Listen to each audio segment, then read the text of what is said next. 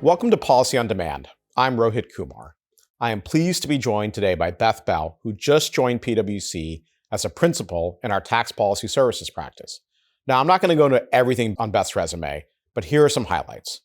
Beth was most recently at the Treasury Department as a senior advisor in the Office of the International Tax Council, and before that, she was at the Ways and Means Committee, and prior to that, Beth was tax counsel to Senator Ben Cardin. Beth, welcome. I'm really excited to be here. All right, before we get into the questions I have, could you talk a little bit about the big issues and topics you have worked on in your time in government, and maybe one or two things that surprised you? So I was lucky enough over my 12 years in government to work on a lot of different issues from very different seats in the Senate, the House, and the Treasury. Some major highlights for me, I think, include working on the TCJA legislation, albeit in the minority at the time, working for Senator Cardin.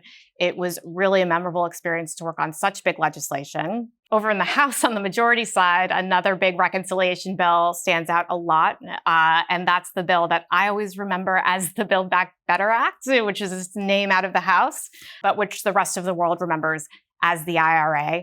Working on the international corporate community development provisions of that bill and seeing that work move through the floor was an absolute privilege to work on. I was also the lead staffer on OECD matters on the House Ways and Means Committee while I was there on the congressional side. I carried that over to Treasury, and getting the opportunity to work in an actual negotiation sense with the other foreign governments, not just at the OECD, but as a delegate to the UN, G7, G20 work. It was a phenomenal experience. And I guess I would cap it off with a third reconciliation bill. Seeing the executive branch side work as OB3 went through was also a really interesting part of my career. In terms of surprises, I mean, I spent 12 years there, so there are a lot. But I think what surprised me the most really carries over all three. So I came into the Senate cold. I was a practitioner. I came from private practice. I'd never been there. I'd never been interned there.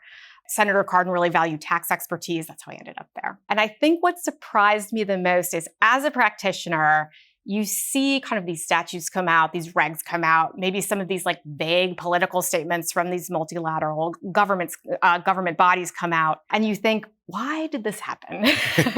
What does this mean for me from a legal implementation perspective? And I think that was very much my attitude when I got into government, that this must be all raw politics, and this is just a part of the system we have to live with. I know that you must have experienced this in leadership too. I think the surprise was that there's absolutely a crazy nuanced way that each of these institutions work. Yeah. There are really unique pressures, not just in Congress, it's in the executive branch. For instance, when I started working on the Pillar 1 and Pillar 2 negotiations, I think that what's not very visible to the tax policy community is that international tax at this point is not just a tax issue. It's also a trade issue, but also it fits holistically into the foreign policy priorities of the administration. And so seeing kind of that play out, having to both take care of the tax policy, but also keeping kind of an ear to the ground to those particular pressures, which really have nothing to do with tax, but are absolutely important to the result that you bring to the Treasury Secretary, that other countries bring to their finance ministers. It's something that can be incredibly frustrating from the outside, but I think taking the time to navigate it and understand it, it can create a lot of opportunities, not just for a staffer, but if you are a stakeholder wanting to come in to input into public policy, it's well worth your time understanding it. Yeah, I totally agree. One thing I learned repeatedly, sometimes had to relearn, was tax policy decisions are not always just tax questions. Absolutely. There are lots of other pressures. Some of them are political, some of them are, trade, foreign policy. Some of them are just like, somebody wanted something and I need their vote. Absolutely. Right. And it's just as simple as that. And yeah, the output might look a little crazy, but it was better than the alternative, which was to fail. Yes. Right. Let's flip to a topic that I would put under the category of like current affairs, like as we sit here today, current affairs, government shutdown. Look, as with any shutdown, it's starting to affect different agencies differently. Now, you had left Treasury before this shutdown started, but What are you hearing from your former colleagues about how it's affecting folks in the building? Yeah, so like with any shutdown, the scope of work, travel will be impacted. There's no way around it. For the Office of International Tax Counsel and the Office of Tax Policy writ large, work does continue. Usually during a shutdown, you have staff resources dedicated to administration priorities. And so we know the OB3 regulatory work is absolutely an administration priority. That work continues. The work on a Pillar 2 agreement also continues, along with travel and government negotiations. Now, the one thing I'd mention about that is stakeholder meetings, I think, are currently on hold. That can be in fact, I know for folks it is very frustrating because so much of the Pillar 2 negotiations of the regulatory project really benefit from that open line of communication with multinational stakeholders. And so that is one thing that has been put on hold. And maybe for those of us so inclined, it's one thing, maybe not the most important thing, but one thing to root for, like a quick resolution to the shutdown. Yeah, so that people can start coming back, having conversations with Treasury across a range of issues that they might be working on or care about. Now, one of those is definitely OECD two-pillar project, the side-by-side agreement. You have a lot of experience there. That agreement has been met with, I'll put it gently, a little bit of resistance here in Washington, D.C., especially with this iteration of government. What do companies need to know about this right now? Like, what should they be thinking about? You know, prospects for a side-by-side agreement, prospects for 899 coming back. All of these things are questions I'm certainly getting, and I think folks would be interested in your perspective on it. So the first thing I would say is that if you are a stakeholder, a company who really wants to read the tea leaves in the near future on this, I would be keeping an eye on two dates that would not necessarily be popping up on your timeline.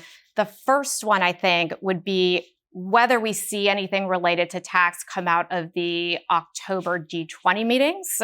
Now, we don't really know how long the shutdown is going to last, how that's going to affect those meetings. They are in Washington, D.C. Often that's a place where finance ministers can come together, discuss really important issues. And we know for Treasury, this is a really important issue. So the highest level political engagement happens there. It's possible that we will get some message out of the G20 that will let us know, give us some more details in diplomatic speak, of course, about which way this thing is going. The other date I would watch out for is in November, when WP11, the working party that works on the technical aspects of Pillar 2, is set to meet in person in Paris. They've been working virtually this whole time. I think there's sometimes the cadence at the OECD is that there is a buildup to these in-person meetings where they try to resolve the last issues when everyone is all together in the room. So that will be happening in early mid-November, but it's something to keep an eye on. So you got political leaders, finance ministers meeting late October here in Washington, D.C., subject to government shutdown, and then a more technical group that meets in Paris in November. In theory, if everything's going well, a little bit progress on a political agreement, end of October, and then the sort of technical work can follow if things are going nicely and smoothly, which has not always been the case, but, you know, hope springs eternal. You know, if things are going smoothly, it's a great point because you mentioned Section 899. I think that 899 is very much on the top of mind of negotiating countries still. They know that Congress has a stake in this, and they know that Chairman Smith and Chairman Crapo are not going to be shy about a Section 899 reintroduction if not enough progress is shown. I also think that countries have taken on board that with this administration in particular, the U.S. position at the OECD and engaging in a multilateral forum is the first best position for them, but it's not the only position. This is not always the case in these negotiations. The U.S. does have a walk-away position that frankly doesn't tend to carry a lot of political downside for this administration. And so I think those dynamics are what's really nudging this process forward in a behind-the-scenes way, but in a way that I think has been productive. The other thing on the positive side that's been really productive is countries' incentives are aligned in getting certainty and stability in this space. So together, I think that makes a lot of observers just a little hopeful that we'll at least see some political commitments coming out at the end of the year. Yeah, aligned incentives can go a long way to helping move things along. All right, let's turn the page a little bit. Treasury and IRS released their FY26 priority guidance plan. Not surprisingly, huge emphasis on implementing provisions of OB3, reducing regulatory burden. Which of the Treasury tax regulatory priorities do you think companies should really be kind of focusing on as we look ahead over the course of the next 12 to 18 months? Yeah, this is a great question. I have always been the worrier in chief for every principal I've ever served, so I may not be the best positioned to answer this.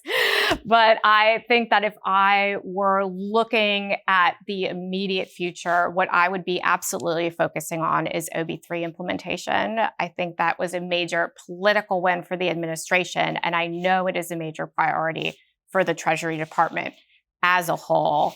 Under that, immediately, and not to diminish its importance, but the Pillar 2 work is ongoing, and I don't think we have quite enough information from the negotiators themselves. In fact, the negotiations probably have not taken quite the shape that we need to understand how best to interact to provide stakeholder feedback.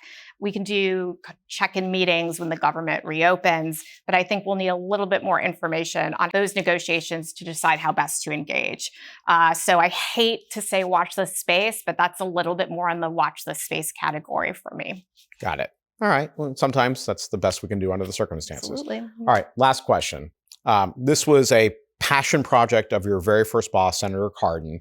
When you worked for him, one of the projects you worked on was his theory of a case for a consumption tax, a credit invoice VAT, as it was referred to at the time.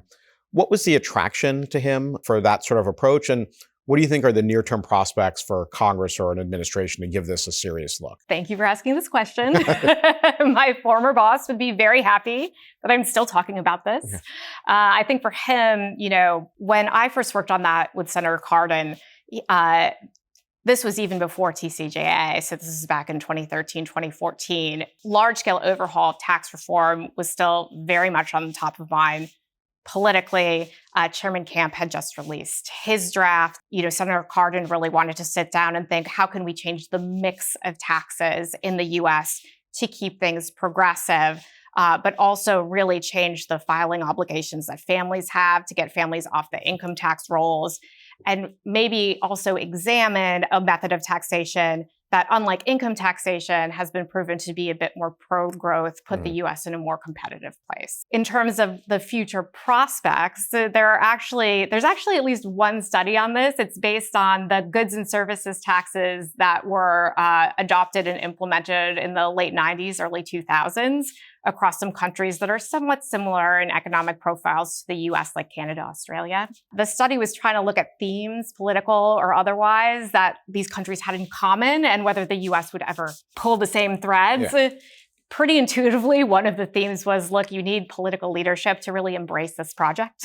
Yeah. So I think we are not quite at that place right now. Deficit reduction, a really big overhaul doesn't seem to be politically in vogue.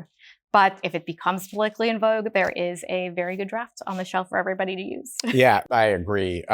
We have wrung about as much as we can out of the income tax regime. At some point, we'll probably have to explore a different theory of the case, but it's going to take a lot more bipartisanship than we're experiencing right now. I say this in the middle of a government shutdown. It's going to require a real commitment to some entitlement reforms, what we used to refer to as the grand bargain on Capitol Hill. And it doesn't seem like that's an imminent thing, but you never know when the markets are going to force Congress's hand. So stay tuned. Look, this has been great. Super excited to have you on board. Thank you for joining me this afternoon. Can't wait to continue to do this again and again and again. Same here. Great to be here. Thanks.